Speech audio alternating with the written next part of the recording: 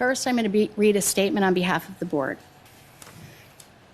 Thank you for joining us this evening. As a district, we are navigating through an unprecedented few days with the abrupt arrest and detention of Superintendent Dr. Ian Roberts by U.S. Immigration and Customs Enforcement, and appreciate the chance to share an update with you tonight. The allegations made by ICE against Dr. Roberts are very significant, and the board is taking this very seriously. I want to be clear. At no point was any DMPS employee or board member notified that Dr. Roberts was not eligible to work by a federal agency or Dr. Roberts. This is an evolving situation, and we are learning new information on an hourly basis from a variety of different sources. Early this morning, we were notified that the Iowa Board of Educational Examiners revoked Dr. Roberts' license to practice as a superintendent in the state of Iowa. Without such a license, Dr. Roberts is not in compliance with his contract. That led to our action today, later this meeting, to change Dr. Roberts' leave to unpaid administrative leave. Today at 2:15 p.m., we received a document from the Department of Homeland Services notifying us that Dr. Roberts is an unauthorized worker in this country. Later this afternoon at 3:45, we then received a copy of the final order of removal issued by the U.S. Department of Justice and signed by an immigration judge. We have asked Dr. Roberts' attorney to provide us with clarification around the citizenship matters by Tuesday at noon. We need to understand what happened and why. This latest news means that at this time, unless we receive new material information tomorrow at noon demonstrating that Dr. Roberts is eligible to work, our board will commence the process required by Iowa Code, Chapter Code 279, to end the contract with the superintendent. It is very important that we abide by the due process afforded to Dr. Roberts under the law. As a board, our job is to protect the 35,000 students and staff that walk through our doors daily, serve as good stewards of our taxpayer dollars, and comply with all federal and state laws. We must also be responsible and ensure that we have all the facts to make decisions. We can tell you that on his I-9, he stated he was a citizen, and he provided 2 forms of verification, a driver's license and a social security card. As is typical in other organizations, this is what employers ask of their employees. And as an employer, we trust employees to fill out the required forms truthfully and provide valid documentation. The Dentons Davis Brown law firm reviewed this and stated that the information presented on and with the I-9 did not raise concerns about his eligibility to work.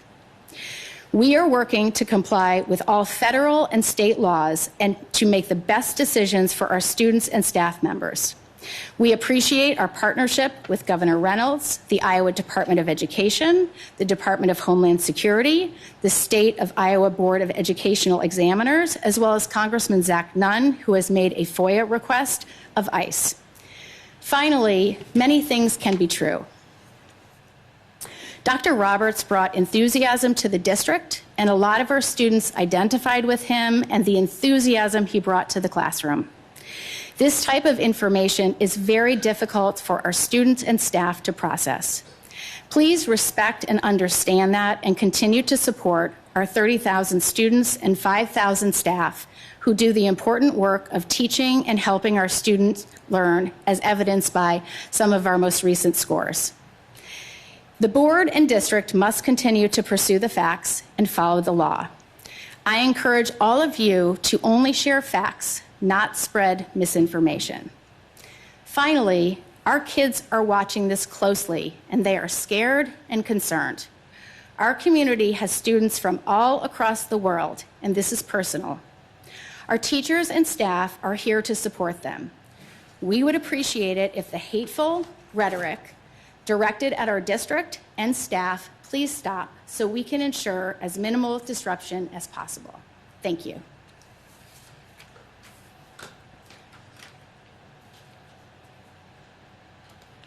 We are now moving on to action item D1, action of, thank you. We are now going to read the statement in Spanish by School Board Member Ms. Alonso. Gracias por acompañarnos esta noche. Como distrito estamos atravesando unos días sin precedentes tras la abrupta detención y arresto del superintendente Dr. Ian Roberts por parte del Servicio de Inmigración y Control de Aduanas de los Estados Unidos, también conocido como ICE. Y agradecemos la oportunidad de compartir una actualización con ustedes y responder a sus preguntas esta noche. Las acusaciones presentadas por ICE contra el Dr. Roberts son muy graves y la Junta Directiva lo toma con la máxima seriedad. Quiero dejar claro, en ningún momento ningún empleado de DMPS ni miembro de la Junta Directiva fue notificado por ninguna agencia federal ni por el Dr. Roberts que el Dr. Roberts no era elegible para trabajar. Esta es una situación en desarrollo y estamos recibiendo nueva información cada hora de diversas fuentes. Temprano esta mañana fuimos notificados de que la Junta de Examinadores Educativos de Iowa revocó la licencia del Dr. Roberts para ejercer como superintendente en el estado de Iowa. Sin dicha licencia, el Dr. Roberts no cumple con su contrato. Esto nos llevó a tomar la decisión hoy de cambiar su permiso a licencia sin goce de sueldo. No licencia, ausencia. Hoy a las 2:15 recibimos un documento del Departamento de Seguridad Nacional notificándonos que el Dr. Roberts es un trabajador no autorizado en este país. Más tarde, esta tarde a las 3:45 p.m., recibimos una copia de la orden final de deportación emitida por el Departamento de Justicia de los Estados Unidos y firmada por un juez de inmigración. Pedimos al abogado del Dr. Roberts que nos brinde una declaración sobre la cuestión de la ciudadanía antes del martes al mediodía. Necesitamos entender qué ocurrió y por qué. Esta última noticia significa que, en este momento, a menos que recibamos información nueva y sustancial mañana al mediodía que muestre que el Dr. Roberts es elegible para trabajar, nuestra Junta comenzará el proceso requerido por el capítulo 279 del Código de Iowa para finalizar el contrato con el superintendente.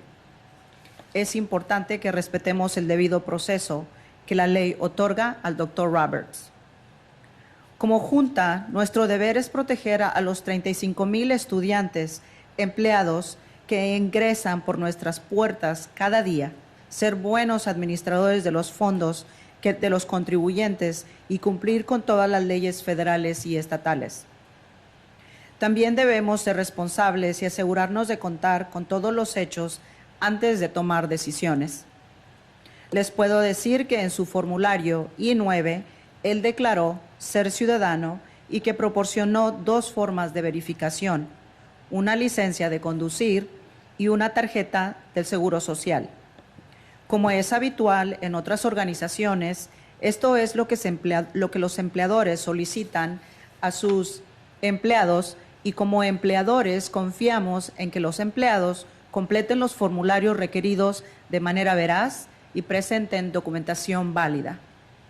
La firma de abogados Dentons Davis Brown revisó esta información y afirmó que lo presentado en y con la I-9 no generó preocupaciones sobre su elegibilidad para trabajar. Estamos trabajando para cumplir con todas las leyes federales y estatales y tomar las mejores decisiones para nuestros estudiantes y empleados. Agradecemos nuestra colaboración con la gobernadora Reynolds, el Departamento de Educación de Iowa y el Departamento de Seguridad Nacional, la Junta Estatal de Examinadores Educativos de Iowa, así como el congresista Zach Nunn, quien ha solicitado información a ICE a través de una FOIA. Finalmente, Muchas cosas pueden ser ciertas al mismo tiempo. El doctor Roberts aportó entusiasmo al distrito y muchos de nuestros estudiantes se identificaron con él y con la energía que él llevaba al aula. Este tipo de información es muy difícil de procesar, tanto para nuestros estudiantes como para nuestro personal.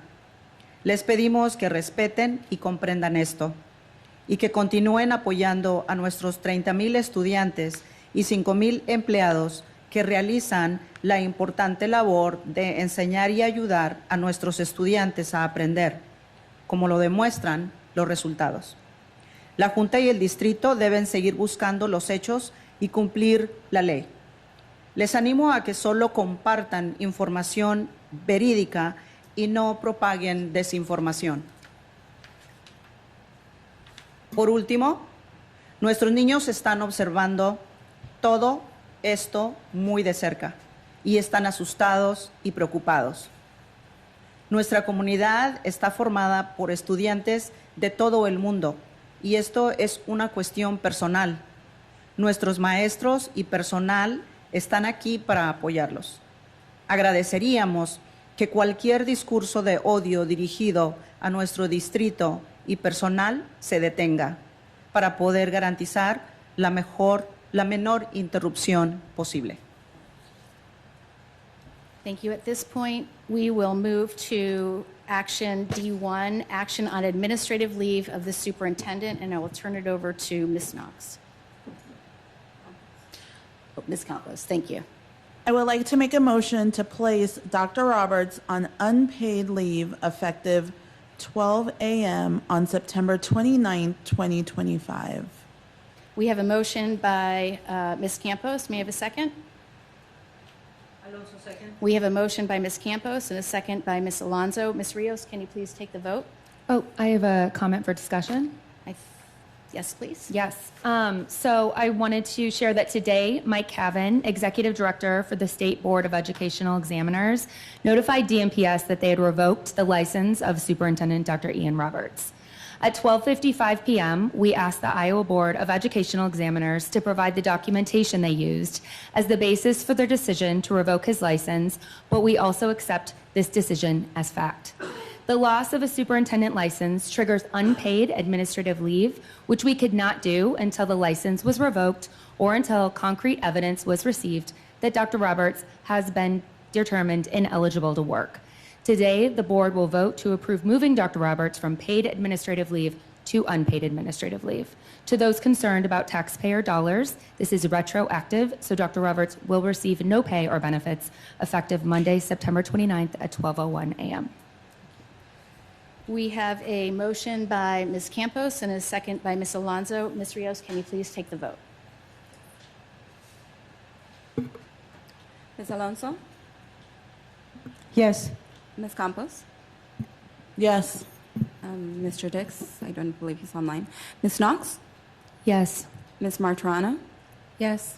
Dr. Mayberry Mace? Yes. Ms. Norris? Yes. The vote is approved 6-0. At this point, thank you, and without objection, the meeting is adjourned at 6:45 p.m.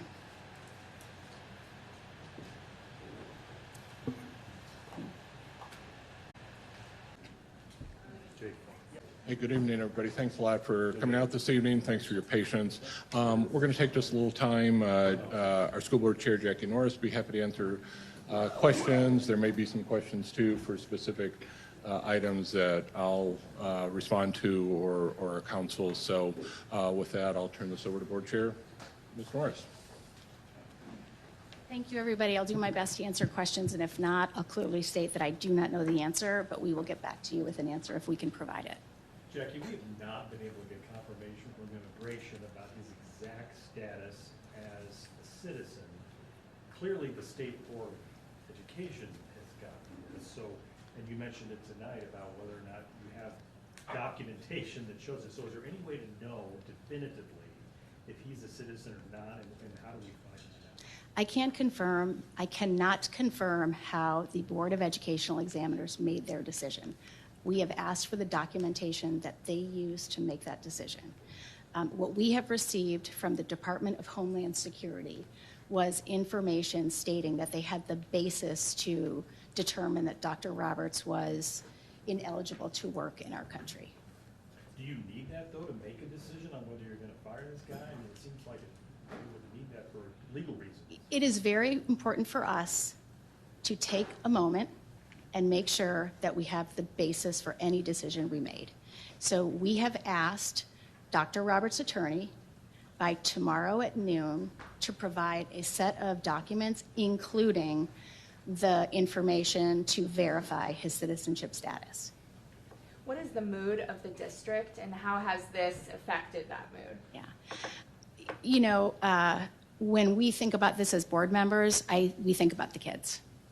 And, you know, he sparked a joy in our kids and an excitement in our kids. And that's, I think it probably over time is probably heartbreaking if it turns out that his citizenship status is in question. So on the flip side, I do want to say one thing. We have total confidence in Matt Smith as our interim superintendent. He is leading with such grace, and he is leading his principals, and they are supporting the teachers and students and staff. And so two things can be true. You can feel disappointed and process that. And at the same time, the staff also has to move forward to make sure the conditions for learning for our students are there. Jackie, you called for radical empathy. Are you still calling for radical empathy, and is the board taking any responsibility for his hiring? Yeah, you know, I appreciate the question. So the board operates in good faith in partnership with the search firm that we used. And so a search firm is hired, very typical in a process. The board contracts with a search firm, and the search firm is given a set of parameters for what we're looking for in a superintendent. They go out and they provide a list of candidates to us. We go through the interview process, and then they in turn work with a third party to do all of the vetting, and I think the vetting includes criminal background check and other checks, and then they come back with a recommendation for us. And so we are operating on the information that was given to us, and there was nothing in the information that was given to us to allude to any question about his citizenship. How do you react to what happened on Friday? I mean, he fled the scene, he had a gun, he had a knife. This ended so strangely. How have you dealt with that, and how unusual has that been for the board in this district? I mean, I think it's jarring, right? It is, I mean, we all found out with everybody else from the news. And so I think for us, our responsibility is to do what is right and in the best interest of the district, and to provide the continuity that we needed to. And so obviously one of the first things we did was when Dr. Roberts was detained and no longer able to lead the district because he was physically unable, was turning to Matt Smith and asking him to take over and lead as interim superintendent and move the district operations forward, because at that time we had over 30,000, 35,000 students and staff in our buildings. You talk about the kids a lot, and I know it sounds kind of simple, but it sounds like he was a big part of so many kids' lives. How do you explain this to a child, what's happening right now? Yeah, you know, one of the things I'm really proud of Dr. Roberts, of interim superintendent Matt Smith, along with his team of advisors, is working with principals and teachers on how to talk to children about a very difficult situation. And so citizenship is a very complex issue. It requires multiple documents, and that is something that we are entrusting our staff, along with the families, to talk with their children about what citizenship means, and also to help people understand that two things can be true. It is possible that you may not be a citizen, but you are still a good human being. What would the Iowa Board of Examiners, educational examiners, have been reviewing? Would it have been the same materials that you did, the Social Security card and the driver's license? I don't know what basis they use. I do know that in addition to the things that we've talked about, they also do a fingerprinting check as well. They found the weapons inside of a district vehicle. Can you talk to me if that is grounds for termination and why he may have had that vehicle on that day? Yeah, we were completely shocked about the guns. And our board policy states that guns are not allowed on district property at district sanctioned events. And so we were as shocked as everybody else was to learn of that. But is that grounds for termination if you find an employee with a weapon in a district vehicle? Is that itself grounds for termination? Yes. We've heard a lot of speculation about Dr. Roberts' background and everything. I'm just wondering, what have you been able to find out about his academic background as far as like the various degrees that he has spoken about and has shown up in, various bios?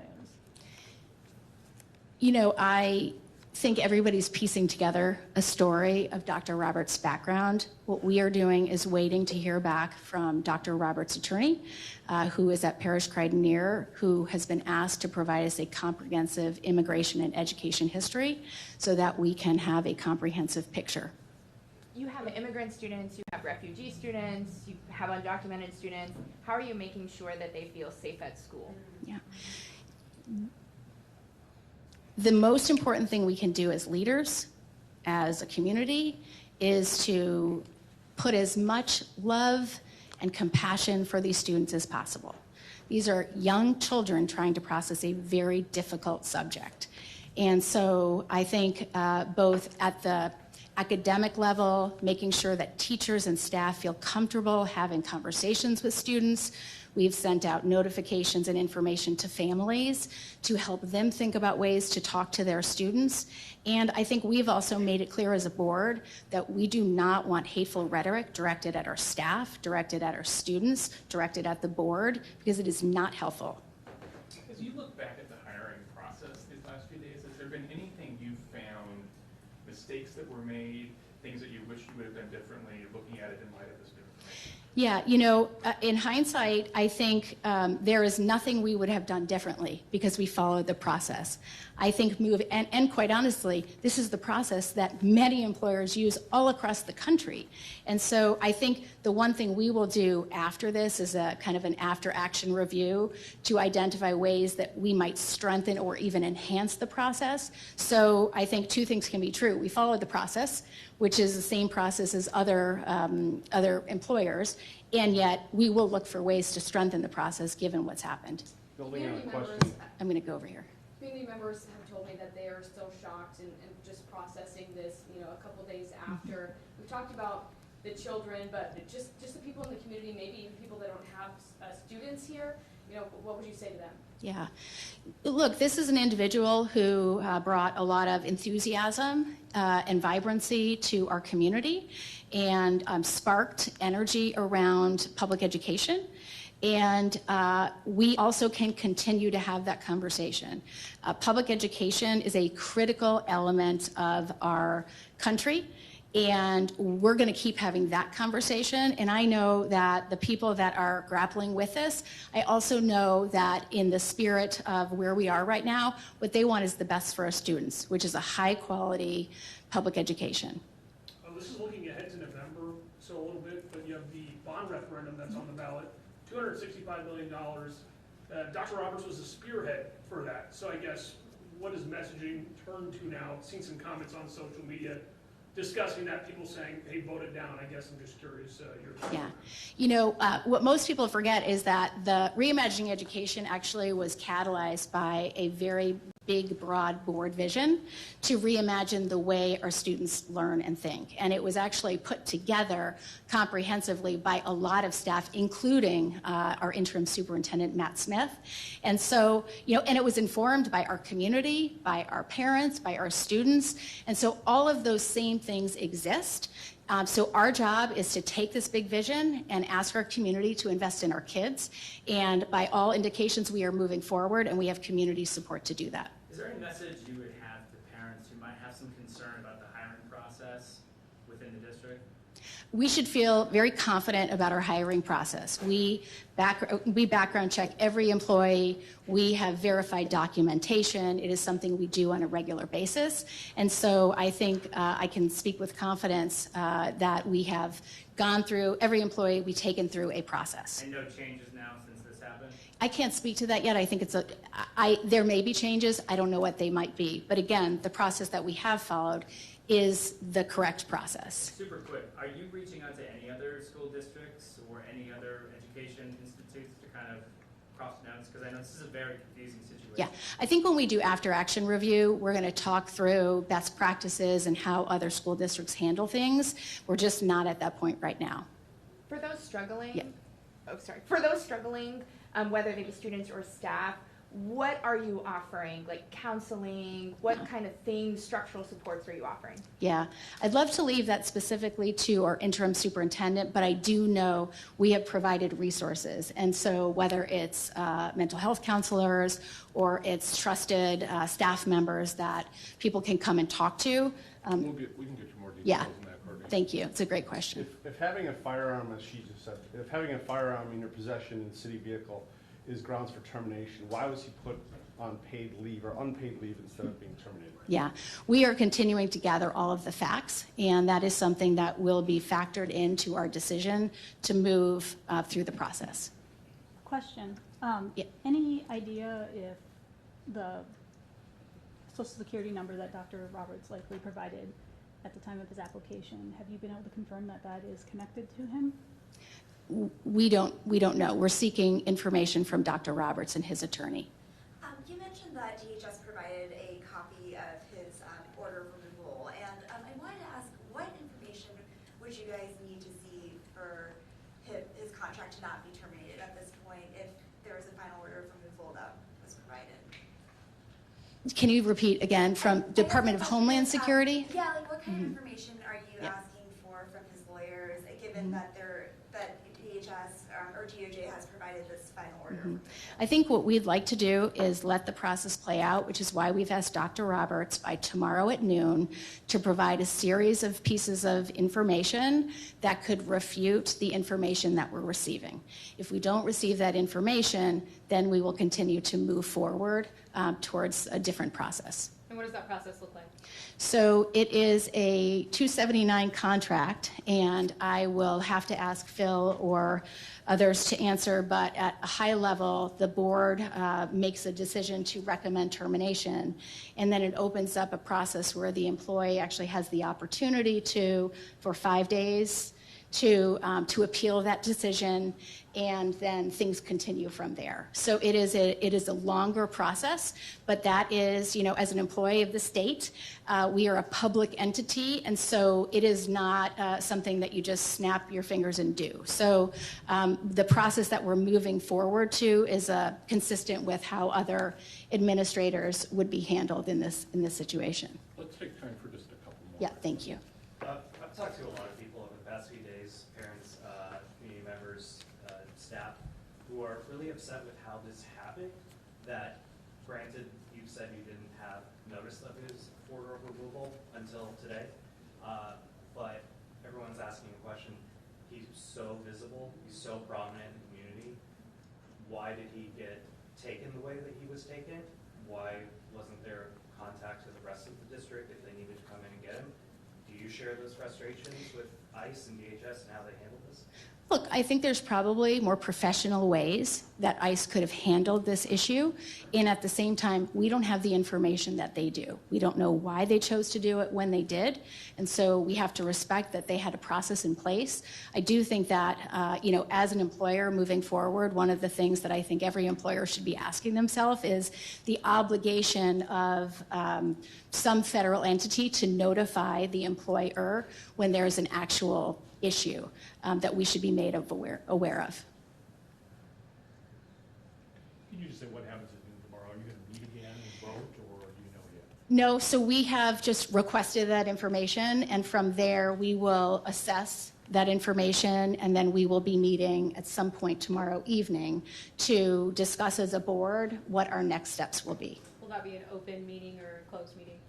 I think, we've been very careful to err on this side. Well, let me say it differently. We always will try to meet in open session if we are talking about information that is already in the public domain.